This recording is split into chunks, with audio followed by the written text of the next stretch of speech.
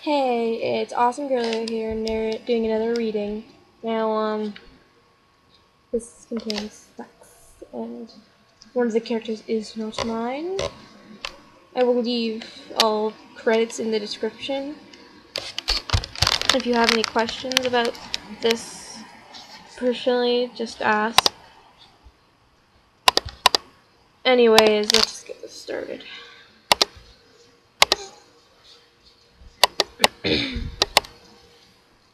Skin had his gun headphones on as he walked through the quiet and empty park. The silence was incredibly deathly, like it could be cut with a knife.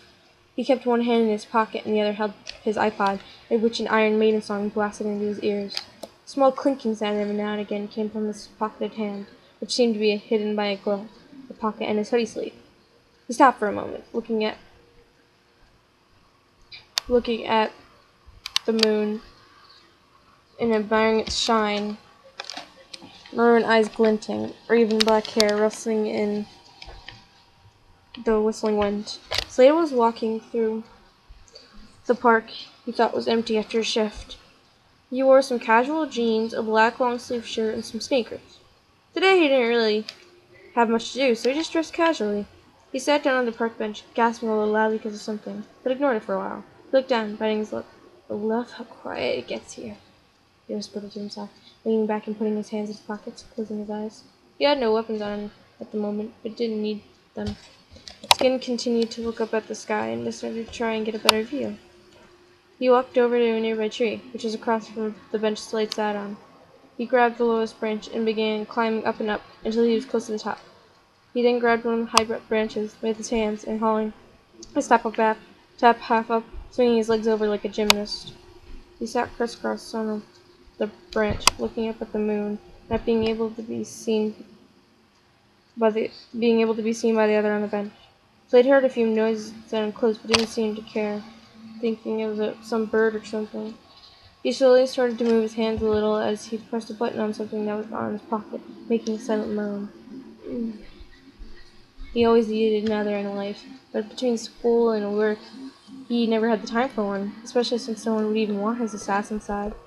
He pressed another button, making his moan become a little louder. Skin blushed a bit when hearing the moaning sound, and decided to look over to see just who the hell was making that kind of sound so close to him.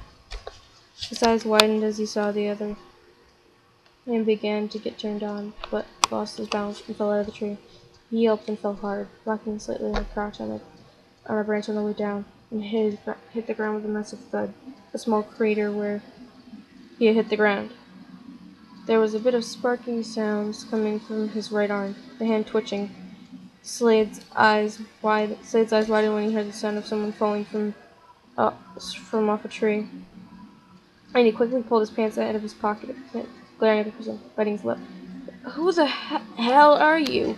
he questioned, but couldn't help but moan, unable to turn whatever was on off since he pulled his hands away too fast. He slowly got up and walking over to the person, biting his lip harder to keep quiet as he held a hand out for it. The assassin would have ran or killed them, not normal Slade. Skin coughed up a bit of blood, but shakily got to his feet, not taking Slade's hand. "I could ask you the same damn question." His white hoodie had blood on the back, most likely from the injury from the fall. His arm spasmed and twitched, some sparks flying from it. He backed away from the other and said, "Proceed with your moans. I'll be on my way." He began to walk off, but fell over in pain, struggling to get back up. He got back up, but fell again, only a few feet further from where he had first fallen. Slade bit his lip, blushing like mad. Now he knew the other heard his moans. He walked back over to the man and picked him up and helped him back to his feet easily.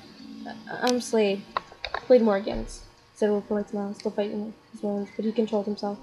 "And you?" Slade cocked his head slightly, studying the man's features, and he'd be ready just in case the other fell again this time, and would easily catch him before he fell to his feet.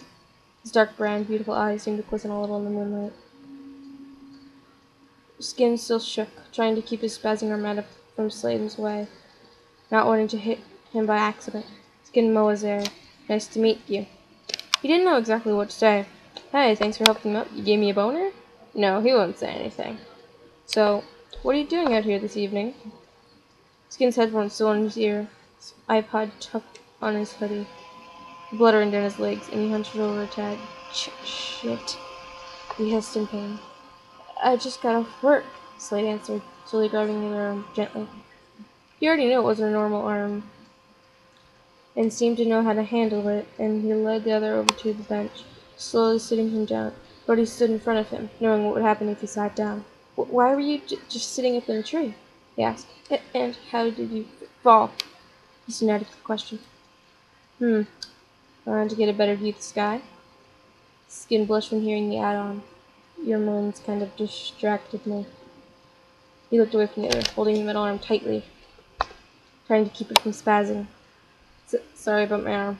It's malfunctioning from the fall. He bit his lip, having never really told anyone about the mechanical arm that he always had. Ever since he had gotten the arm, he had always worn long sleeves and a glove on that cold metal hand. Slade blushed deeply and biting his lips slightly. Sorry, I thought I was alone. Slade looked around, making sure they were completely alone in the dark park, and looked back at Skin. I know this may sound weird, maybe too straightforward, but I could show you why I was lonely. But no touching. Okay? Skin raised a brow and bit his lip. Sure. Why the hell not? He leaned back on the bench, having to hold his arm tighter, the spasm growing from the limb. The blow was spreading through the entire back of the hoodie, making it obvious that he needed medical attention, though leaning on the bench made that hard to see. Slade bit his lip lightly as he unbuttoned his jeans. Pulling them down to his ankles, kicking them to the side. Wearing black frilly panties, his erect member poking out a little, and he slowly got on the park bench, laying back, throwing his right leg over the back of it, his left one lifted a little. He slowly pulled the panties down so they were hanging from his right angle, revealing he had a vibrator all the way inside of him, on full blaze, and his hole was dripping wet because of it. This, he whispered out, looking away, blushing like mad, his whole face red. Skin kept his brow raised. Doesn't a beautiful man like you have a lever to take care of sexual needs? I would be surprised if you don't. His arm finally stopped spazzing, meaning it had powered down from the malfunction. Once he saw the vibrator, he looked at Slade's face, not really giving a fuck about the wet hole near him, seeming to be more controlling himself than most men would be. No, I don't, Slade answered. And assuming from school, I don't have time. I mean, I would. You see, I'm an assassin, and that scares me away. Slade wasn't really stuttering this time, not moaning, not needing to keep them in. He slowly reached down, grabbing the vibrator and beginning to move it in and out slowly. Someone's gonna remain medium deprived. But maybe you could be my lover? He shrugged. I would be honored, as long as you could be with someone who's broken out of prison for mocking and changed their identity, as well as committed serial killings. He looked at him. I'd have no problem. Hell, even if you were a cold, heartless bastard while you kill, I'm the same way. You gotta act like that on those types of jobs, or you could get killed. He smiled at her. I don't mind at all, as long as you promise never to leave me because of my assassin side. Slade bit his lip as he pulled the vibrator out of him, throwing it on the ground.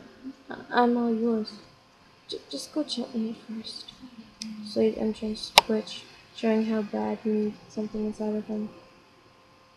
He nodded, moving on top of the other, discarding pants to the ground with Slade's, pulling his boxers down enough. It takes a lot for me to leave someone, and being a cold-hearted bastard doesn't send me running. He smiled and slowly stood inside the elevator. He started at a slow and gentle pace. Slade gasped at the feeling of the man sliding into him, arching his back as he instantly tightened around the man's cuff as if just look at him more. This feels so much better than I've ever. He blushed, tossing his arms around the man's neck, pulling him to a soft kiss, wanting to feel the man's lips against his. The raven-haired man groaned at the incredible tightness. Are you still a virgin? He asked before being pulled into the kiss, the one working hand moving down slowly, moving down to Slade's waist. It snaked around and he pulled him into his lap as he thrust it slowly. Slade blushed deeply at the new position already, nodding slowly as they kissed, whispering against his lips. Yes, I am. He moaned a little, already moving his own hips to match the man's. You're so big. Pulled away. He pulled away from the kiss, resting his head on the man's shoulder, burying his head in the man's neck, still adjusting to it. He took advantage of this and leaned over the other's ear, whispering breathlessly and seductively. You're so tight, so hard to hold yourself back. He gently kissed his temple and nibbled on his earlobe. Is it alright to go faster? Alright, so adjusting. Said moaned a little louder, nodding to Please, don't hold back anymore. Slade blushed deeply as he started to feel himself getting wet. He blushed even more when he started to hear it getting audibly wet. Make me scream.